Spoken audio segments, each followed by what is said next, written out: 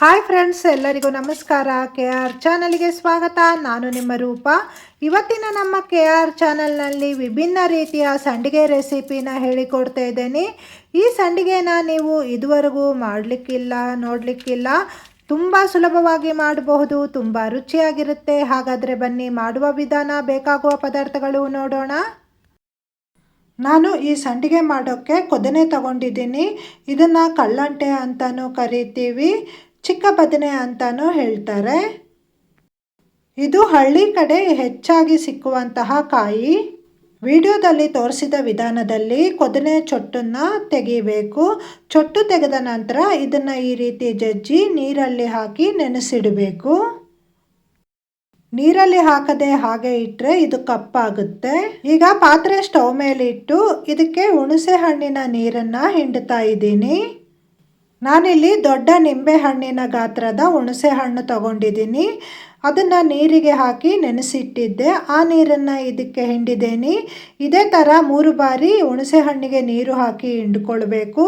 ಹಾಗೆ 4 ಸ್ಪೂನಿನಷ್ಟು ಉಪ್ಪು, 2 ಸ್ಪೂನಿನಷ್ಟು ಖಾರದ ಪುಡಿ ಹಾಕ್ಕೊಳ್ಬೇಕು. ಈಗ ಈ ನೀರನ್ನು ಈ ರೀತಿ ಚೆನ್ನಾಗಿ ಕುದಿ ಬರಿಸಬೇಕು. ಕುದಿ ಬಂದ ನೀರಿಗೆ ಜಜ್ಜಿರುವಂತಹ ಕೊದನೆನ ಹಾಕ್ಕೊಳ್ಬೇಕು. ನೀರನ್ನು ತೆಗೆದು ಕೊದನೆ ಮಾತ್ರ ಹಾಕ್ಕೊಳ್ಳಿ, ನೀರು ಸಮೇತ ಹಾಕ್ಕೊಳ್ಳೋಕೆ ಹೋಗಬೇಡಿ. ಇದು ಬದನೆಕಾಯಿ ಜಾತಿಗೆ ಸೇರಿರುವಂತಹ ತರಕಾರಿ ಅಂತ ನಮ್ಮ ಕಡೆ ಹೇಳ್ತಾರೆ. ಈ ನೀರಲ್ಲಿ ಇದನ್ನು ಚೆನ್ನಾಗಿ ಬೇಯಿಸಬೇಕು. ನೀರು ಈ ರೀತಿ ಚೆನ್ನಾಗಿ ಕುದಿ ಬರುವಾಗ ಅರ್ಧ ಸ್ಪೂನಿನಷ್ಟು ಇಂಗಿನ ಪುಡಿ ಹಾಕಿದ್ದೇನೆ. ಇಂಗಿನ ಪುಡಿ ಹಾಕಿದ ನಂತರ ಇದನ್ನು ಇನ್ನೊಮ್ಮೆ ಚೆನ್ನಾಗಿ ಕುದಿ ಬರಿಸಬೇಕು. ನೋಡಿ, ಕೊದನೆ ಬೆಂದಿದೆಯಾ ನೋಡ್ತಾ ಇದ್ದೀನಿ. ಕೊದನೆ ಚೆನ್ನಾಗಿ ಬೆಂದ ಮೇಲೆ ಸ್ಟವ್ ಆಫ್ ಮಾಡಬೇಕು. ಕೊದನೆ ಈ ರೀತಿ ಮೆತ್ತಗಾಗಬೇಕು. ಈ ಕೊದನೆನ ನೀರಿನಿಂದ ಸಪ್ರೇಟ್ ಮಾಡಿಕೊಳ್ಬೇಕು.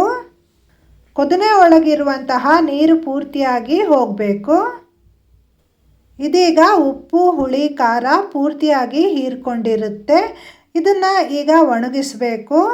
ಬಿಸಿಲು ಚೆನ್ನಾಗಿದ್ದರೆ 3 ದಿನ ಇದನ್ನು ಒಣಗಿಸಿದ್ರೆ ಸಾಕಾಗುತ್ತೆ.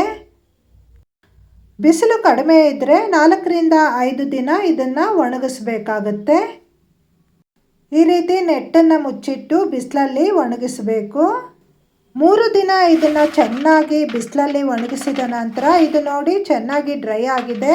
ಇದನ್ನು ನೀವು ಡಬ್ಬಿಗೆ ಹಾಕಿ ಬೇಕಾದವಾಗ ಇದನ್ನು ಫ್ರೈ ಮಾಡಿಕೊಳ್ಳಬಹುದು. ಬಾಣಲಿಗೆ 2 ಸ್ಪೂನಿನಷ್ಟು ಎಣ್ಣೆ ಹಾಕಿ ಈ ಕೊದನೆ ಹಾಕಿ ಫ್ರೈ ಮಾಡಬೇಕು. ಮಜ್ಜಿಗೆ ಮೆಣಸು ಫ್ರೈ ಮಾಡೋ ರೀತಿಯಲ್ಲಿ ಇದನ್ನು ಫ್ರೈ ಮಾಡಿಕೊಳ್ಬೇಕು. ಇದರಲ್ಲಿ ಉಪ್ಪು, ಹುಳಿ, ಖಾರ ಇರೋದ್ರಿಂದ ಈ ಸಂಡಿಗೆ ತುಂಬ ರುಚಿಯಾಗಿರುತ್ತೆ. ಈ ಸಂಡಿಗೆನ ಸಾರನ್ನದ ಜೊತೆನೂ ನಂಚ್ಕೊಳ್ಬಹುದು ಅಥವಾ ಅನ್ನಕ್ಕೆ ಈ ರೀತಿ ಮಿಕ್ಸ್ ಮಾಡಿನೂ ತಿನ್ನಬಹುದು. ನೋಡಿ, ಸಂಡಿಗೆ ಕರ್ಕೂರಾಗಿ ಎಷ್ಟು ಚೆನ್ನಾಗಾಗಿದೆ, ಕ್ರಿಸ್ಪಿಯಾಗಿದೆ. ಇದನ್ನು ಈ ರೀತಿ ಪುಡಿ ಮಾಡಿ ಇದರ ಜೊತೆ ಒಂದು ಮಜ್ಜಿಗೆ ಮೆಣಸನ್ನು ಪುಡಿ ಮಾಡಿ ಅರ್ಧ ಸ್ಪೂನ್ ಕೊಬ್ಬರಿ ಎಣ್ಣೆ ಹಾಕಿ ಅನ್ನಕ್ಕೆ ಮಿಕ್ಸ್ ಮಾಡಿ ತಿಂತಾ ಇದ್ದರೆ ಸಖತ್ ರುಚಿಯಾಗಿರುತ್ತೆ. ಸಾಂಬಾರಾಗಲಿ, ಸಾರಾಗಲಿ, ಚಟ್ನಿ, ಪಲ್ಯ ಯಾವುದೂ ಬೇಕಾಗಿಲ್ಲ. ಈ ಅನ್ನದಲ್ಲೇ ನೀವು ಊಟ ಮಾಡಬಹುದು. ಇದನ್ನು ಮಜ್ಜಿಗೆ ಅನ್ನದ ಜೊತೆನೂ ನಂಚ್ಕೊಳ್ಬಹುದು. ನೋಡಿದ್ರಲ್ಲ, ಸಖತ್ ರುಚಿಯಾಗಿರುವಂತಹ, ತುಂಬ ಸುಲಭವಾಗಿ ಮಾಡುವಂತಹ ಸಂಡಿಗೆ. ನಿಮಗೂ ಕೊದನೆ ಸಿಕ್ಕಿದ್ರೆ ನೀವು ಸಂಡಿಗೆ ಮಾಡಿ ಇಟ್ಕೊಳ್ಳಿ, ವರ್ಷ ಪೂರ್ತಿ ಕೆಡಲ್ಲ ಇದು. ಈ ವಿಡಿಯೋ ಹೇಗಾಗಿದೆ ಅಂತ ಕಮೆಂಟ್ ಮಾಡಿ, ಲೈಕ್ ಮಾಡಿ ಮತ್ತು ಶೇರ್ ಮಾಡಿ. ವಿಡಿಯೋ ನೋಡಿದ ನಿಮಗೆಲ್ಲರಿಗೂ ಧನ್ಯವಾದಗಳು.